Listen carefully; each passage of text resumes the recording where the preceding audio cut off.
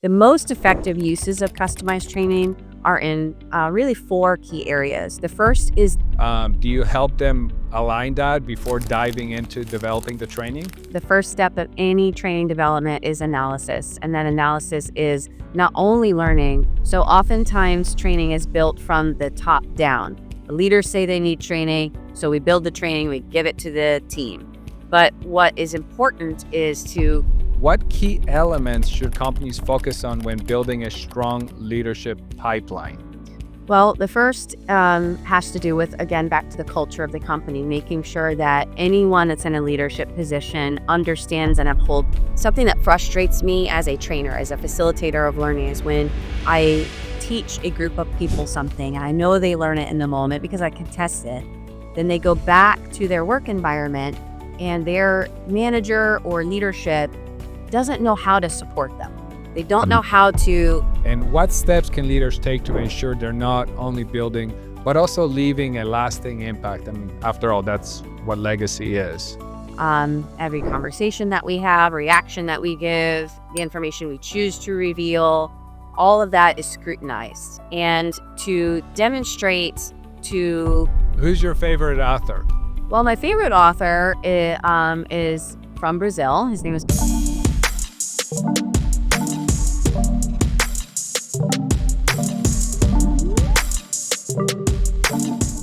Welcome to Boardsi Leadership Talks. I'm Martin Rowinski, Boardsi CEO and co-founder, and today we're kicking off an inspiring episode featuring Amber Carlson, a visionary president and CEO of Archway Learning Solutions. Amber is an expert in workforce development, leadership training, and creating customized, scalable learning solutions that empower teams and drive measurable business growth. From her best-selling book, Torch, to her dynamic work in leadership transformation, Amber is on a mission to connect leaders, develop powerhouse teams, and build intentional legacies. Let's dive into her insights and strategies that are reshaping leadership and team development in today's competitive business landscape. Welcome to the show. Thank you so much for that. I appreciate that. And you picked my favorite two words also. Love it. Love the word legacy. That's just powerful. So speaking of power of custom learning solutions, you've transformed countless organizations with tailored learning strategies. Can you share how customized training programs create a lasting impact compared to just traditional one-size-fits-all approach? Absolutely. So the one size fits all, just as it sounds, is something that employees don't often connect to. They don't see themselves as a part of it. They also don't really see how the company's vision or mission aligns with that. Now, that's not to say that off the shelf training isn't effective. It can be. It depends on the use, it depends on the audience, and really what leadership is attempting to achieve.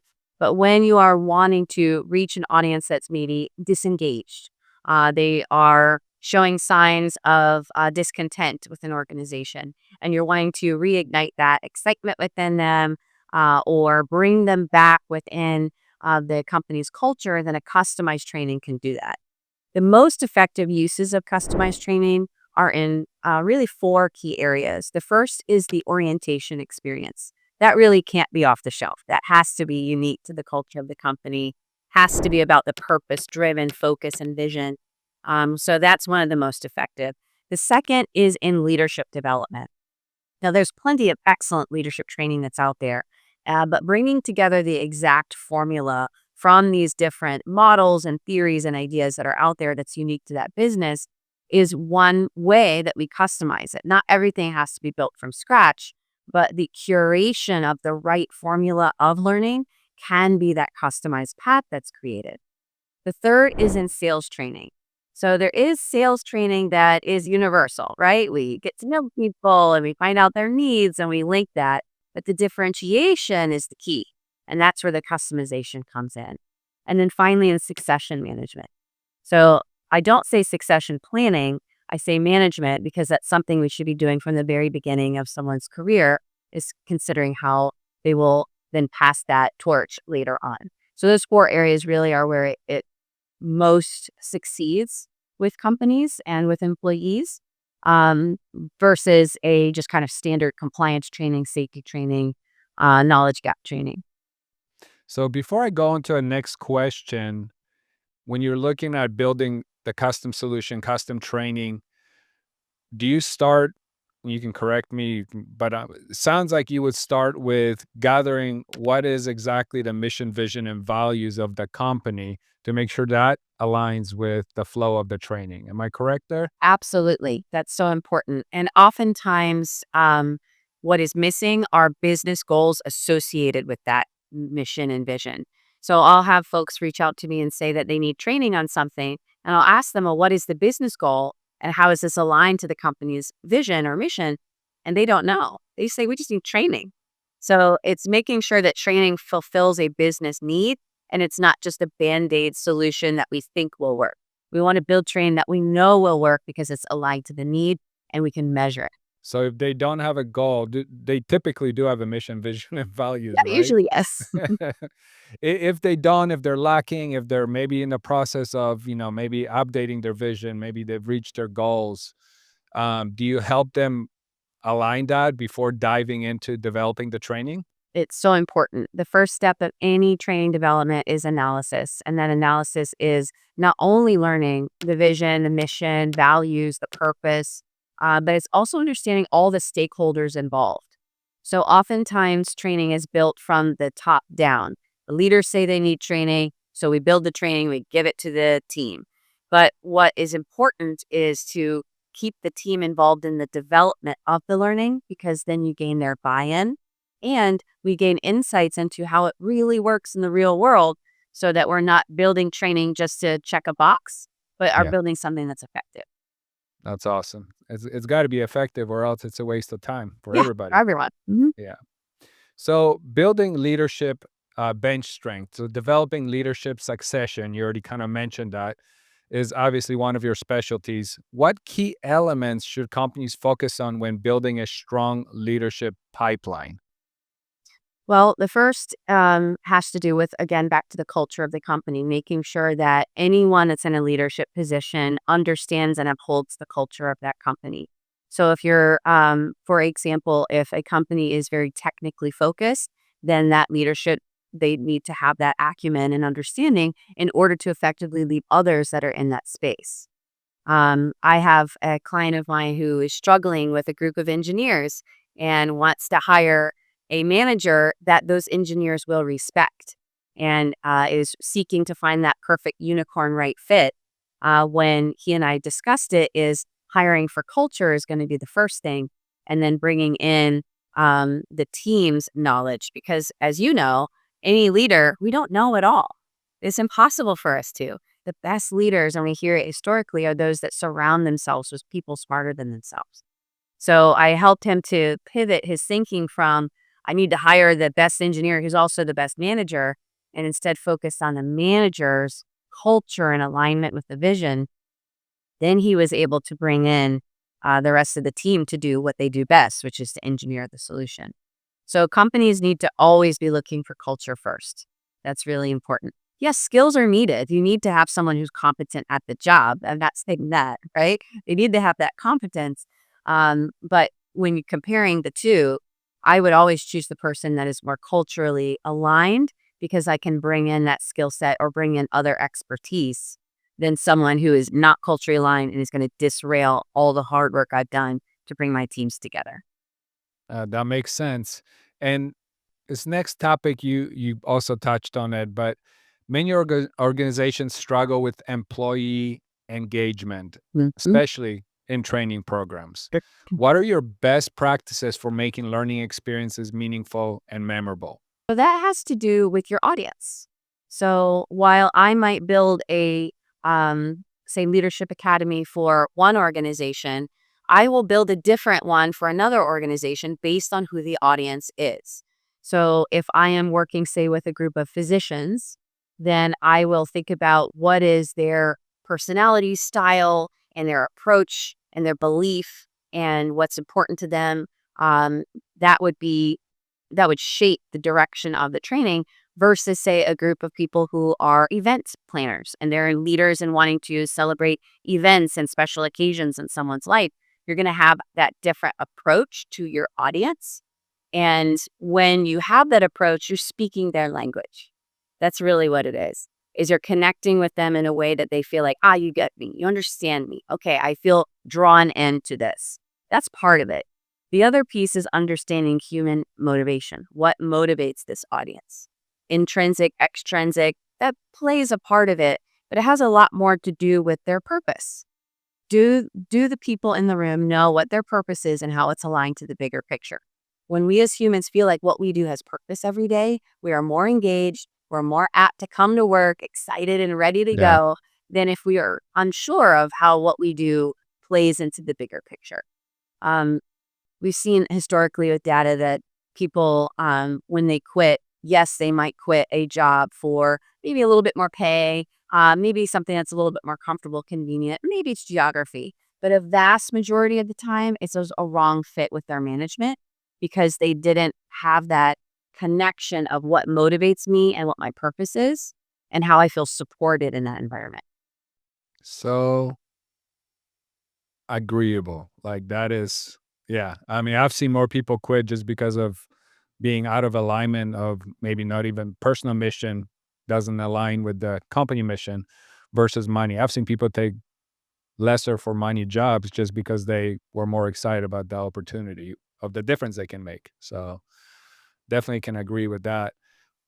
Before I jump into your book, tell us about Amber. Like Sure. as a kid, like what were you like as a child? Oh, Were you always a leader? yes. It's so funny that you asked that question. I've always been like 5 going on 40 something, right? That's always been my thing as a kid. My father would send me around parties and have me make jokes to all of his friends growing up.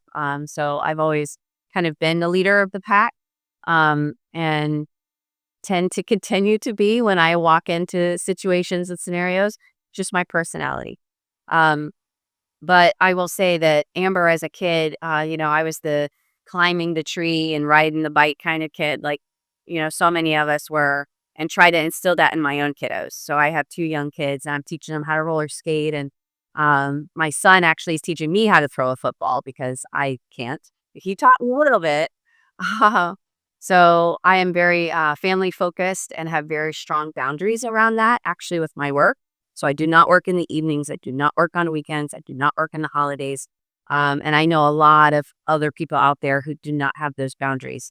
And I would encourage that you do, because at the end of the day, that's what we're here for. We're here for our family and our life, right? Not necessarily just for our work, even though our work might be close to our heart. We need that time for ourselves. So what else do you want to know? I could tell you all kinds of stuff. Well, yeah, I'll dive a little deeper. So you mentioned your dad. Mhm. Um, do you, and I think you do, but do you feel like him doing what he did, putting you out there, do you think that has a lot to do with who you are today? And so how much credit do you give your dad? And yeah, I guess that's it. How much I credit? would definitely credit both of my parents. Neither of them could ever deny me. I look and act so much like both of them. So I definitely credit them in how they taught me organizational skills, how they helped me to feel confident in speaking. And so I was the kind of kid that would put a magic show on for all my stuffed animals, and my 2 parents would sit there and applaud along as I did the "which is your card" kind of thing. I was always comfortable with being in front of an audience, even though, they were mostly fluffy bunny rabbits kind of thing. But I do credit both of my parents for that. My father was very involved in a lot of travel in his work, met with a lot of different large corporations through his work, very ever the salesman.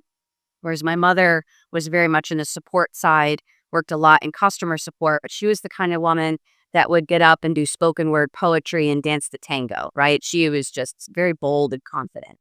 So I have those things within me, and definitely credit my parents without a doubt. Hmm. That's awesome. So now leading up to your book, Torch, Ignite Teams, and I know that this is one of a series of books, and I think you're working on a second one right now, but we'll get to that. And before we dive into Torch, what inspired you to even start? Right, I mean, I wrote a book. It's not an easy task. So, what inspired you to be like, I'm gonna go write a book? It was kind of an interesting turn of events. I had begun thinking about I would like to write a book for leaders because as a learning and development person, something that frustrates me as a trainer, as a facilitator of learning, is when I teach a group of people something and I know they learn it in the moment because I can test it. Then they go back to their work environment and their manager or leadership doesn't know how to support them.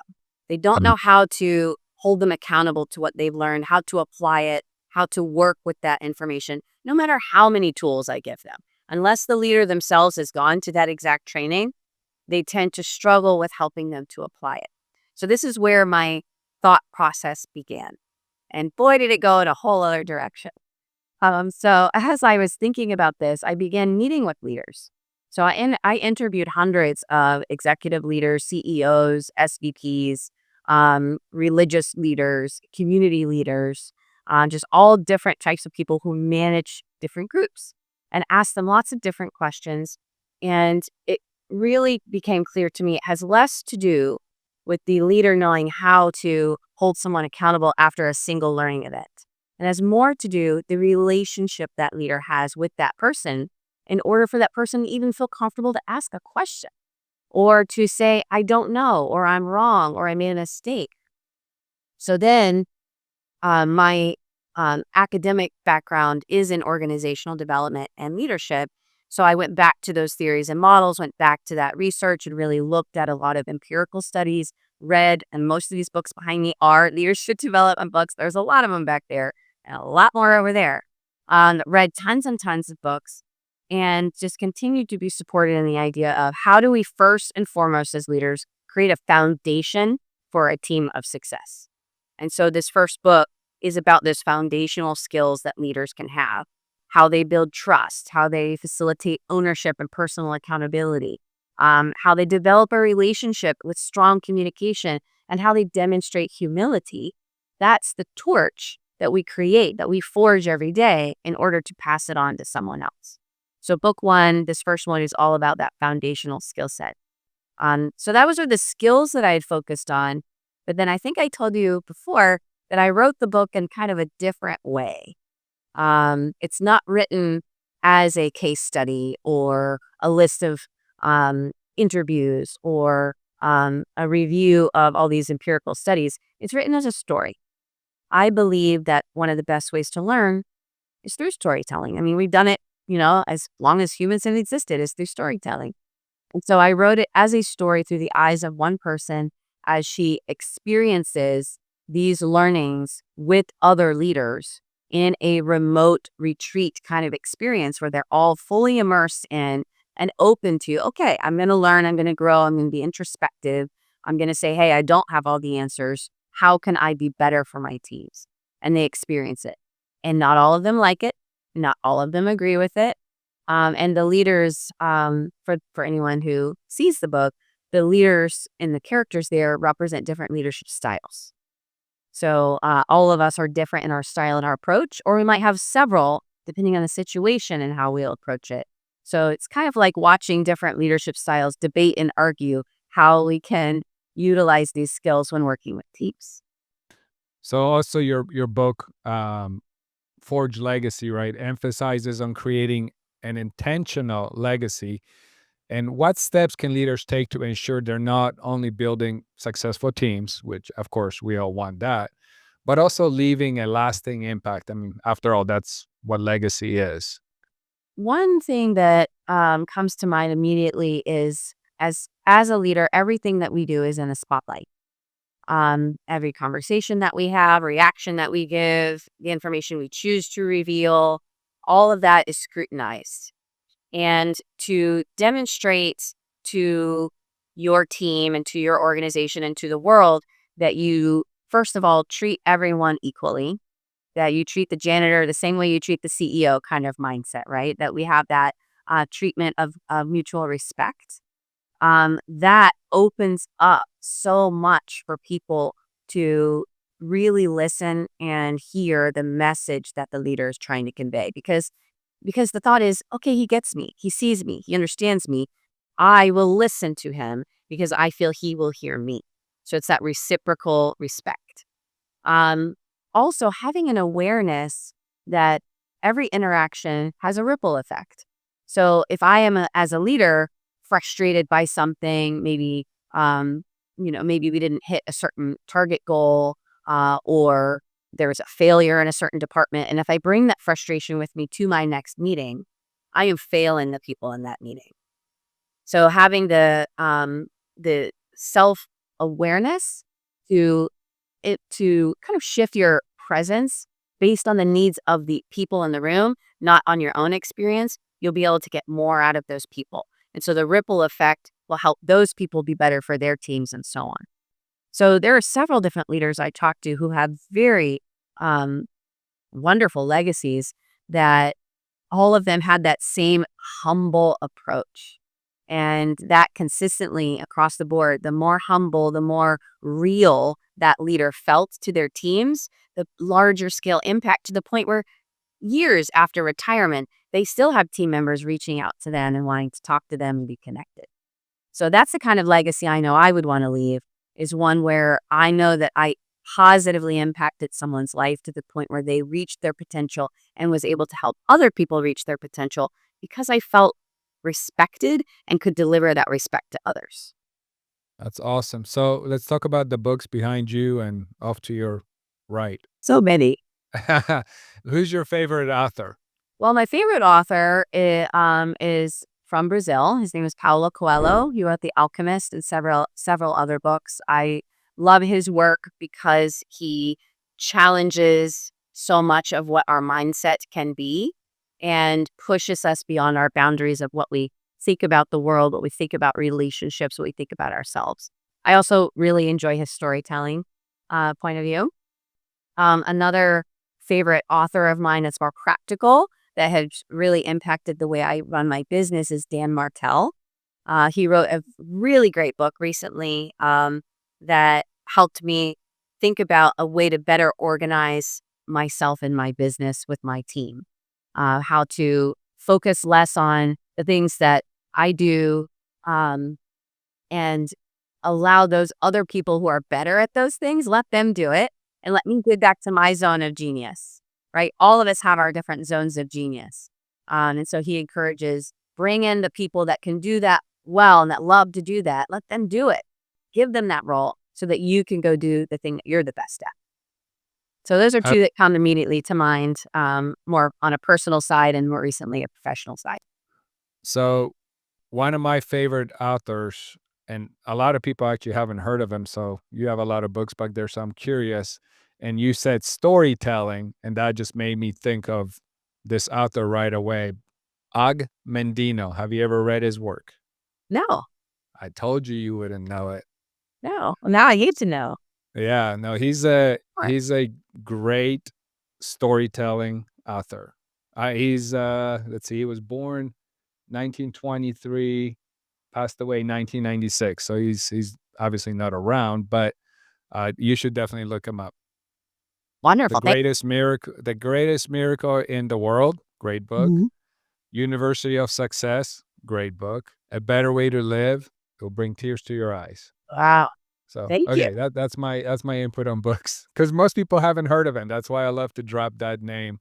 Um, but so besides being a book author, besides creating awesome leadership, custom training, besides being a mom, learning how to throw a football, what else do you love to do? Hmm. So I'm a very creative person. And so with my work, I work with all of my clients, even if I'm not the one developing the training. We're very focused on being a founder-led company. So I do work in some capacity with everybody. Um, and so I have my creative input on those projects. The problem is when you're creative all day long, you kind of run out of it, right? So you just kind of give your thoughts, your thinking, and then you just I feel like I'm just rinse and repeating, and that is not at all acceptable. So I have to refill my creative cup, and I do that in a few different ways. Usually it's related to art. So there's a place near where I live called the Art Room. I love it. And I'll take different classes where I'll do painting. I do different like sculpture. So anything that I can create something. But I love the fact that I'm with the other artists because I see how they're creating. And it's so different than the way I am. And I get different ideas. The same is true when I go to museums. But I prefer museums where there's more of an interactive element to it. Now, I love to go see paintings and so on, but I like museums that are much more interactive. So if there's like movable art or the sculpture kind of scene or something that is not at all, maybe even my taste or preference, I want to see it because that fills my creative cup. There's another book that comes to mind that helps me with creativity, which is called Thinker Toys. And then another Think Like Da Vinci. Both of those books I'll go to if I feel like I need a little inspiration or something outside of the box. They both have a lot of different ideas that I will also go to. But creativity is important. So acrylic painting, collage painting, and then trying really hard to learn the electric guitar. I need to practice more, but I'm trying. That's awesome. So, obviously, the book, your bestseller, Torch, is out. When should we expect second book of the series? So I'm expecting to have it's already outlined. I already know everything that's happening in the plot, all the activities. What's interesting about all the books I'll be writing in this series is each one will have 5 specific activities that can be done in the real world. And they also, there's a free resource that goes with that where you can download a facilitator guide because I'm a learning and development nerd. I had to build that. So here's a facilitator guide on exactly how someone could do this activity with their team. It outlines everything. So each of them have 5 activities. So I already have that mapped out for book 2 as well. Book 2 is going to be focused more on from foundation of book 1 to transformation in book 2. How do you take a team where there is trust and there is communication and a leader might say, I got a good team. How do you take them from good to exceptional? And so that's what the second book is all focused on. So I'm anticipating it will be ready about a year from now. That I'm going to take my time, continue the same research that I did, and really developing the story. If I get it done sooner, I'll let you know. Awesome. But I have a lot to focus on with book 1. Awesome. Looking forward to that. And for our audience, how do they find you? How do they connect you? What's the best way? LinkedIn, email, website? Sure. So LinkedIn is great. So Amber R. Carlson is how you'd find me on LinkedIn.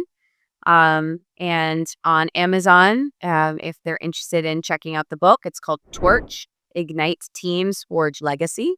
And then just put in, again, my name. You can find it there. But really, those are the best 2 ways. I love connecting with folks on LinkedIn. I do it all the time, and I'm happy to schedule meetings and conversations and collaboration and ideas. I know, Martin, you and I both, how we met is we attended an event last year. Then we followed up from the event, and then we both realized we're in a similar networking group as well. So it was a small world. It's a small moment. world. Yeah, it was so great. And so I love that. I'm very open to networking. So I'd love anyone to reach out and chat about any of these topics. Awesome. Well, I wish you the best on book 2. Thank you. And thank you very much for coming on the show. Thank you. I'm happy to be here. Awesome. So everybody, thank you. So we're off to season 2 with this second episode, and we're going to continue. So thank you very much. Thank you for having me. Bye, Amber. Bye-bye. Thank you for tuning in to Leadership Talks. Don't forget to subscribe for more insightful conversations with industry leaders. Your support means a lot to us.